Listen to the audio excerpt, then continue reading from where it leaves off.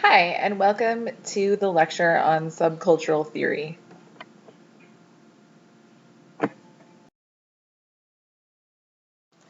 Subcultural theorists are linked to the work of Durkheim and Merton.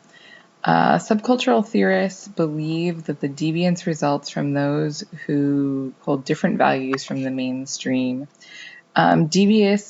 Deviance that is away from the consensus values is due to the inability of individuals to achieve goals through approved means. Since individuals cannot attain the culturally sanctioned goals through legitimate means, they look to illegitimate means, which puts them in a subculture. Subcultural theorists criticize and build on Merton's theories of strain and responses to strain.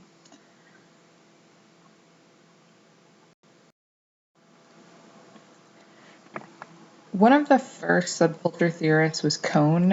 In 1955, Cohn came out with his theory of subcultures. He believed, agreeing with Merton, that deviance was largely a lower class phenomenon, but he advocated that much deviance was committed by groups, not individuals acting alone, like Merton thought. Merton also focused on utilitarian deviance. He was focused on crime committed to gain something material, like theft or burglary. And Cohn believed that Merton failed to consider non-material crime, particularly violent crime like rapes and murders, that had no material gains for the perpetrators. Cohn focused on studying the lives and actions of working class boys. He saw that young working class males faced enemy in middle class dominated educational institutions. He said that the boys were culturally deprived, and the combination of anomie and deprivation meant that they found themselves at the bottom of status hierarchies. So they felt disconnected from the culture, and they also felt deprived of the middle class culture that their families could not provide them with. Yet they were exposed to the expectations of the culture in classrooms. This led to what he termed status frustration, saying that the boys had a low status. They were at the very bottom of the social status, and they were unable to accept and adapt to this low status.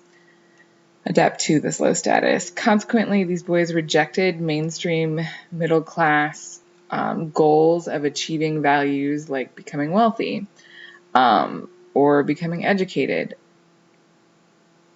And they started a subculture with delinquent means to achieving these goals. So, for instance, a delinquent subculture would be one where being wealthy is valued, but one can get to wealth through theft or through trickery of some other sort, not through working hard and having a full-time job.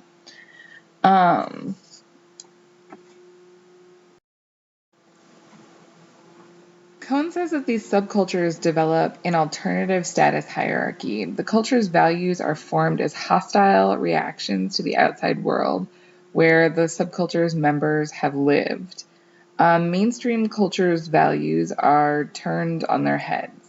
For instance, most people would claim that mainstream culture values working hard, but as a means to get what you want, but in these subcultures, working hard is seen as something to be disdainful of. The easier wealth can come to you, the better you are. So relaxing, chilling, these are the subculturally approved ways of being wealthy or getting to wealth. The strengths of Cohn's theory is that he offers non-utilitarian explanations. So in other words, he allows for crime that isn't just about gaining material items. Like vandalism, sexual assaults, and hate crimes. These are all types of crimes that are, by any definition, not about maintaining material goods. So Merton wouldn't have been able to explain these sorts of crimes through strain, but Cohn's theory can. Some criticisms of the theory are that it assumes that middle class and working class boys start off with the same values. So it actually assumes that everyone starts off with the same values. So what if working class boys never have the values that middle class boys start with? What if working class culture imparts different values onto its children, so working class boys never experience the disconnect from not being able to measure up to middle class values that both Cohn and Merton discuss? So how would you explain someone ending up a criminal then? The theory falls apart. In the 1960s, Cloward and Olin utilized and advanced subculture theories. They built on Merton's work and Cohn's work, arguing that working class individuals were denied opportunities to achieve monetary success, and that deviance was the response to denied opportunity. But they argued that not everyone responds to being able to achieve monetary success in the same way. So Cohn really thought that you had one way that you reacted to not being able to live up to a culture's goals. Cloward and Olin say that that's not true, that there are many different types, specifically 3 different types of possible reactions.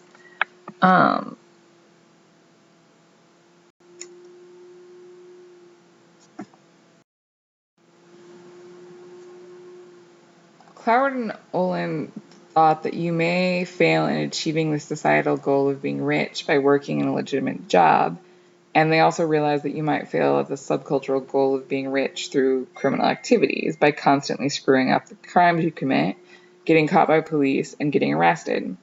So they posited that there are 3 types of subcultures, and those subcultures are based on the neighborhood where you grew up. Does it have a criminal culture? Can young boys be mentored by older criminals? The 3 types of criminal subcultures that Cloward and Olin outlined are criminal subcultures, conflict subcultures, and retreatist subcultures. Criminal subcultures exist in neighborhoods where there is a quote-unquote apprenticeship program. Older boys and men teach younger boys how to commit crimes. This happens with drug cartels. There's a hierarchy that flows down, and the individuals work their way up in terms of the power they hold in the group. And at the most intimate level, drug cartels are operated by street drug dealers who are dealing with people face-to-face, the buyers of their drugs face-to-face. Second, there's the conflict subculture. In the conflict subculture, there's a lot of people in a fairly small neighborhood, so it's a high-density neighborhood, and not everyone agrees on the values of that neighborhood. This is the closest to Cohn's theories, that it considers alternatives to crime and non-utilitarian crimes. Finally, Cloward and Olin talk about retreatist subcultures, which is basically what happens when criminals are bad at being criminals. They fail at achieving the goal that the subculture lays out for them through the means that the subculture approves of, crime. And prior to joining the subculture, they had already failed at achieving mainstream cultural goals through approved means. Consequently, these individuals give up on life and indulge in drug use or alcohol use in many but not all cases.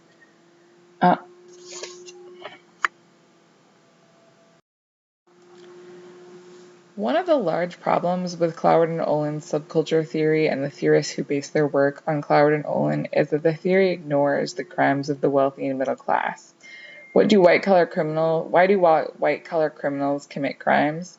There's no hope in using Cloward and Olin to explain these actions.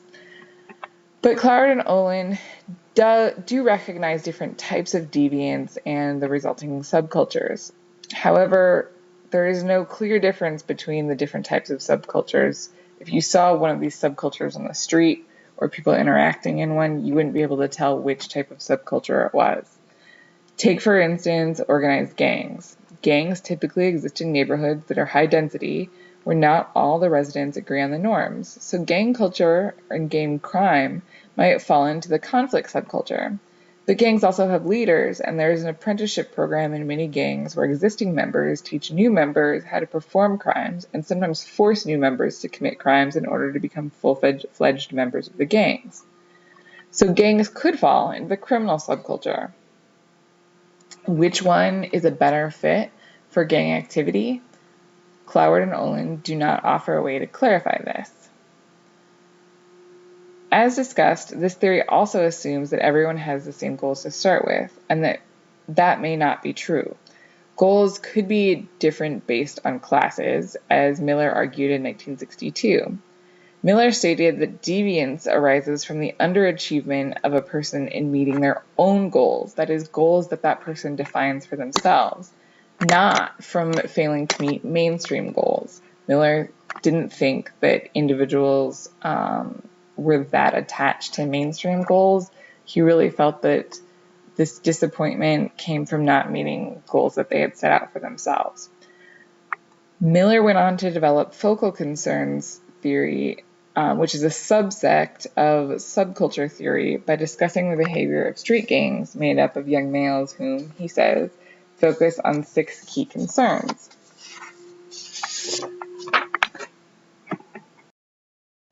Miller's 6 focal concerns were trouble, toughness, smartness, excitement, autonomy, and fate. He said that youths focused on trouble, that they accepted that their lives will involve violence, and they would not run away from fights constantly because they knew it was just a part of life.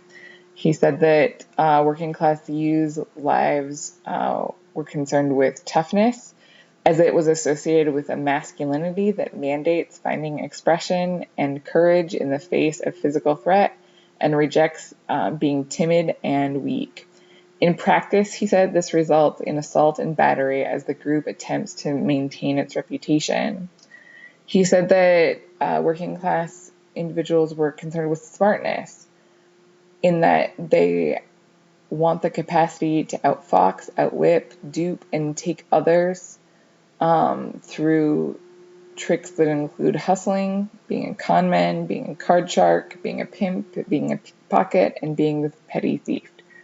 So different type of smartness than mainstream society discusses. Miller thought that working class youth were concerned with excitement. They wanted to be involved in a search for thrills and emotional stimulus. And in practice, that meant sometimes gambling, sexual adventures, drugs, alcohol. He believed that working class youth wanted autonomy, the desire to control their own lives, and also that they were interested in fate. They believed that little could be done about their lives, and so they must just accept it. Furthermore, Miller thought that the peer group for these men demanded close conformity to the norms of the group, and people wanted to achieve status in the group. Miller said that this was emotional involvement and implied that delinquency was learned from this culture rather than the result of or reaction to not being able to live up to another culture's goals. More recently, subculture theories have looked at institutions. Messner and Rosenfeld in 2001 said that stemming from the idea of the American dream, individuals became obsessed with wealth and the winner-take-all mentality. The pressure that individuals are put on to achieve the results encourage crime. Furthermore, schools teach skills, they no longer teach values. So education plays a major part in crime by first emphasizing how important being wealthy is, second, by no longer teaching values to people, and third, by not giving everyone skill sets with which they can become successful. Later theorists noted that societies with free markets and fewer welfare programs have the highest crime rates. Downs and Hansen found that the more money a country spends on welfare, the lower its imprisonment rate is. And Savelsberg noted that a rising crime rate in Eastern Europe came after the fall of communism. So after the social welfare state began to be dismantled, you saw crime rates and imprisonment rates rise. In short, that there started to be more subcultures. Looking at subcultural theories, victims of serious violence and their criminal behavior by Singer. Singer's paper utilizes subculture to examine one of the most pressing problems in criminal justice, when being a victim of violence leads one to become a perpetrator of violence. Singer introduces the paper by stating, quote, "There's a reason to believe that, under some conditions, victimization experience precedes and facilitates criminal behavior. For example, in reaction to their victimization, juveniles may seek the support of a gang or possession of a weapon. Similarly, violent victimization experienced in the home or school may contribute to the lack of attachment and involvement juveniles feel towards their parents or formal education. So essentially, we know that for some crimes, before the perpetrators were perpetrators of that crime, they were victims of that same crime." We don't know exactly why this is. We know that for some crimes, that perpetrating the crime, quote unquote, neutralizes or crosses out the stigma of being a victim of that crime. That is the basic idea that retaliation is the result of a criminal act. So the subculture of violence can start out as a reaction to violence, even if the risk that one carries by retaliating also means that it carries an increased risk of further victimization. Subcultures that start around violence lead to the development of violent values and attitudes and the social learning of violence, which also encompasses juveniles in its wake. Since the poor are more likely to be victims of violent crime, the poor are thus also more likely to encounter these cultures of violence and then join them. The threat of victimization is seen as a motivating force for violent gang activity, whether in the name of self-defense or in the name of protection. Violence is perpetrated by victims tends to be centered in certain neighborhoods and is likely to involve both homicide and assault. Juveniles, we know, enter this subculture because it is close to them, it serves as a form of self-protection, and because they want status and prestige from their peers. Studies have generally tested the theories about subcultures of violence by correlating demographic characteristics, especially class, to attitudes about violence or with crime rates in the areas in which a respondent lives, but both of these are problematic.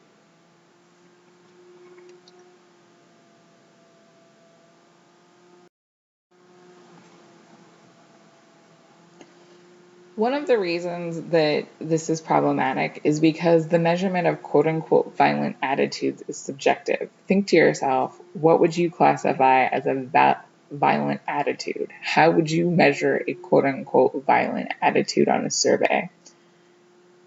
Second, the presence of a violent culture does not necessitate that there is violent behavior from everyone living in the culture, but most studies discuss violent culture like it does mean that everyone in an area that has a violent culture also exhibits violent behavior. So we need data on individuals and individuals' likelihood to commit beliefs or to commit acts of violence and believe in violence, not neighborhood level beliefs or neighborhood level rates of crime that we attribute to all the individuals living in a neighborhood.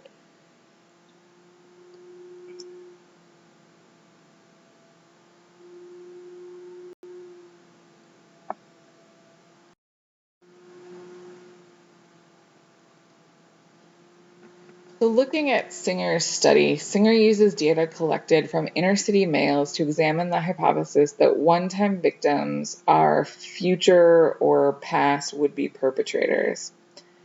Subcultural theory is not the only theory to state such a hypothesis. But Singer's study shows that victims of a serious crime, being a victim of a serious crime is correlated with being the perpetrator of a serious violent crime, even when demographic and offense-related variables are controlled for. Victimization among delinquents might account for the alienation and lack of social bonds in their neighborhoods. Learning theory could also hypothesize lack of social bonds and alienation in neighborhoods, saying that it is a learned trait, and that violence would reinforce violent behavior. And part of this is because the subcultural theses can be easily integrated with other theses. It's a fairly open and fluid set of propositions or theory. Singer's study itself, however, was based on a birth cohort study. It's actually a follow-up study to a birth cohort study that looked at delinquency. The original study took a group of males born in Philadelphia in 1945 and surveyed 10% of the male youths born that year who had resided in Philly from age 10 to age 18 or longer than that. So a sample of 975 residents were surveyed, and in a follow-up to that, 563 of those 975 individuals were interviewed about their experiences of violence, both as victims and perpetrators, and their social backgrounds. This happened in 1972. Arrest data on these individuals was then obtained from the Philly police. The interview sample, when compared with the overall population of Philly, shows that non-white offenders were underrepresented in the sample, but there were enough of them in the sample that is not a statistically significant problem here. Normally in samples, you want your racial composition of the sample to be very close to equaling that of the racial composition of the group that you want to discuss. So you want your sample to reflect your population.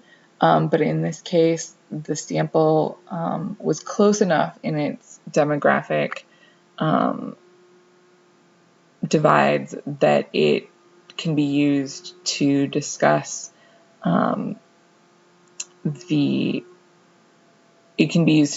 multiple racial groups accurately. Surveyed victims in the sample were asked to report incidences of victimization in 3 different time periods of their life, and later they were asked to report types of crime.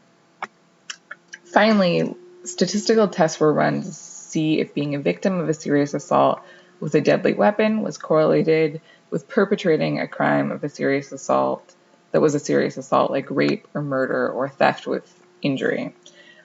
We can't determine causality because the data gathered did not include which happened first, and in order to demonstrate causality, we need to know whether the person was first a victim of crime or was at first a perpetrator of crime.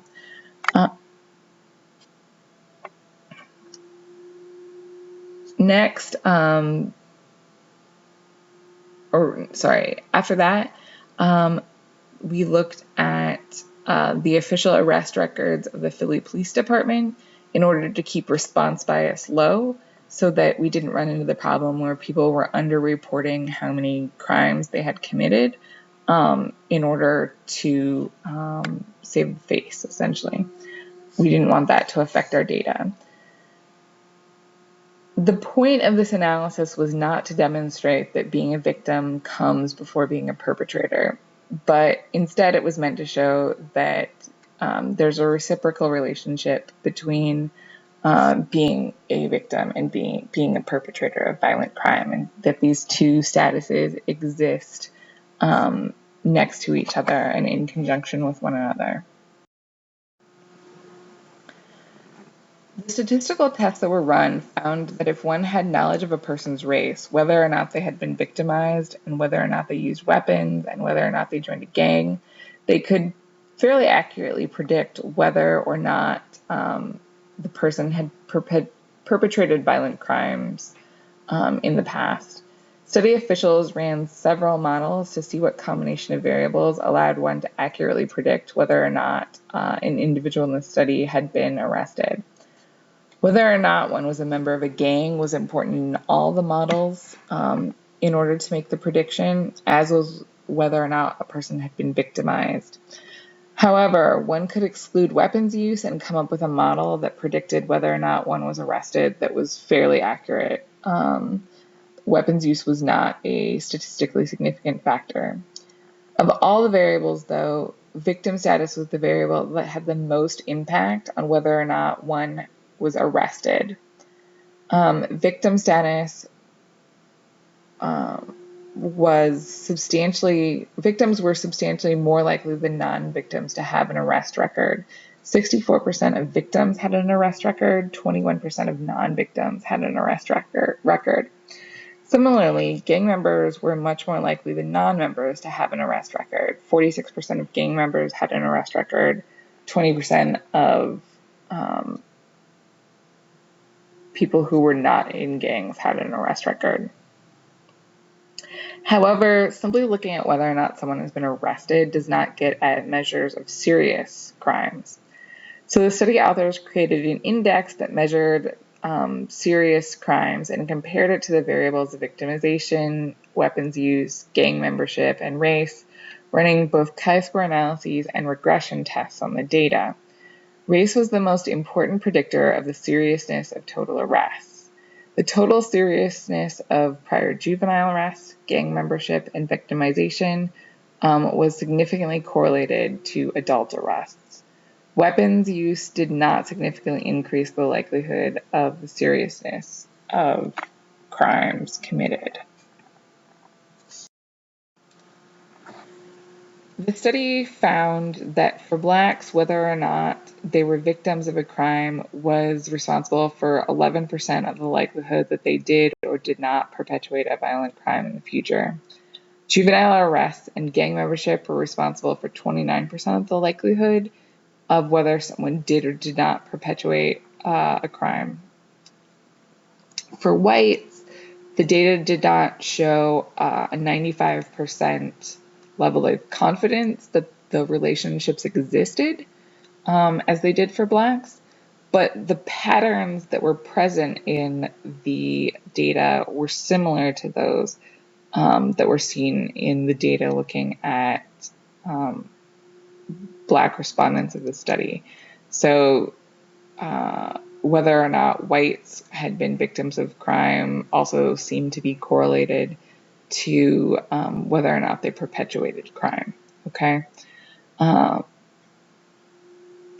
So in short, the data showed that being a victim of a crime was highly correlated with later becoming a perpetrator of the same crime or of another type of violent crime. Other findings of the sample showed that being shot or stabbed was strongly correlated with perpetrating offenses as well, whether measured by self-reporting or measured by official police statistics. It also demonstrated that victimization was an important predictor of criminal behavior, even when we were accounting for gang membership and use of a weapon.